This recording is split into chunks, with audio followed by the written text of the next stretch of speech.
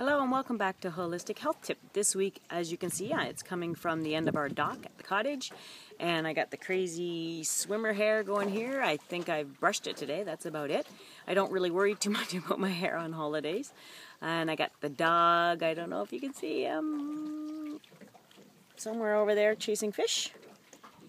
Anyway, it's a beautiful morning here. It's a little bit cool, there's a breeze, but today I wanted to talk about anger, bizarrely. I know, I'm on holidays. Who would think about anger? But one of the things that I saw heading up to the cottage is a lot of road rage. And, you know, I don't know if you recognize this, but I quite often see when the heat builds in the summer and the hot and the humidity that, you know, people get angrier, they get crusty, they get frustrated. And I just wanted to talk about anger and how we inappropriately express it.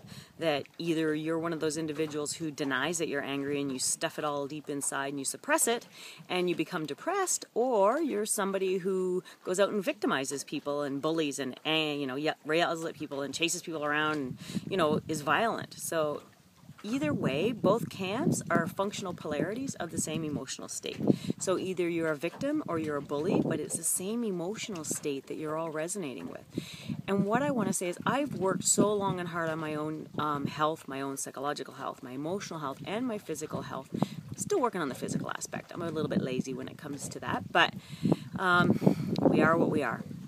But what I want to recognize is that one thing that frustrates me, especially in the alternative movement, is a lot of people out there talk about, you know, the only thing that's important is forgiveness and love and, you know, living your truth and freedom and, you know, all this wonderful fluffy stuff, which is great. Absolutely. I'm not about denying, you know, loving everyone and loving yourself and honoring yourself. And that's all vitally important. And forgiving. Absolutely. You need to forgive. But you know what I've learned along the way is one of the biggest things that we don't honor and recognize is our anger.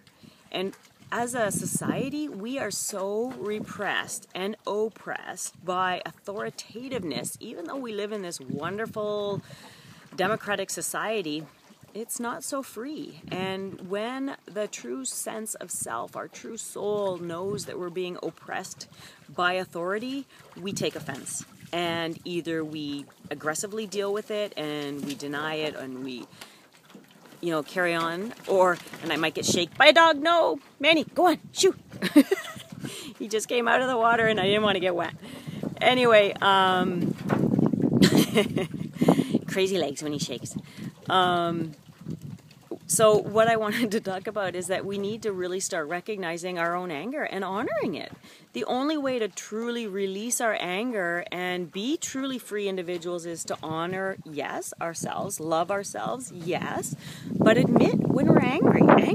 Anger is a justifiable emotion, and used in the proper context for your own individual evolution is a wonderful tool. It inspires us. It triggers us to make changes because it aggravates us. That's the point. It's an aggravating force to get your attention, to tell you that there's something that you need to do about something in your life, whatever's aggravating you. And if you're someone who is depressed, then I'll tell you right now, I've been there, lived that, done that, and it's incredible oppression.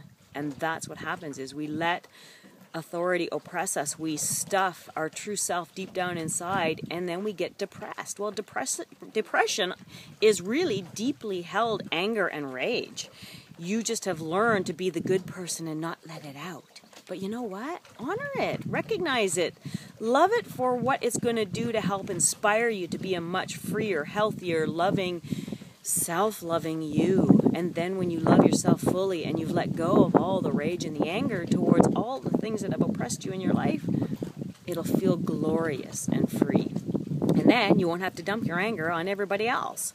So this week's blog, as you'll read, is about anger and stuffing it and how not to stuff it and how not to dump it on other people, because that's not fair either. So if you have anger issues or you're in denial that you have anger issues, this would be a good blog to read. And there are wonderful remedies that can help. There are lots of different techniques, and I'll post them all in my blog that go along with this video. So go to my website, go to my blog, please read, enjoy, comment. I'd love to hear of your experiences with anger and road rage and all the crazy ass people that are out there, you know, harming other people when really they just need to be honoring themselves and recognizing that things have made them angry, but express it in a safe way.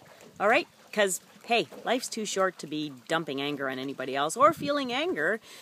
Let it go.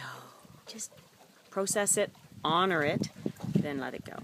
This is Andrea Coulter from Wholistic Healthcare, your tip of the week, brought to you by me at the cottage, having a wonderful family holiday, and I hope you're having a wonderful July as well, and I will try and vlog again next week. In true resonant health, take care and enjoy your week.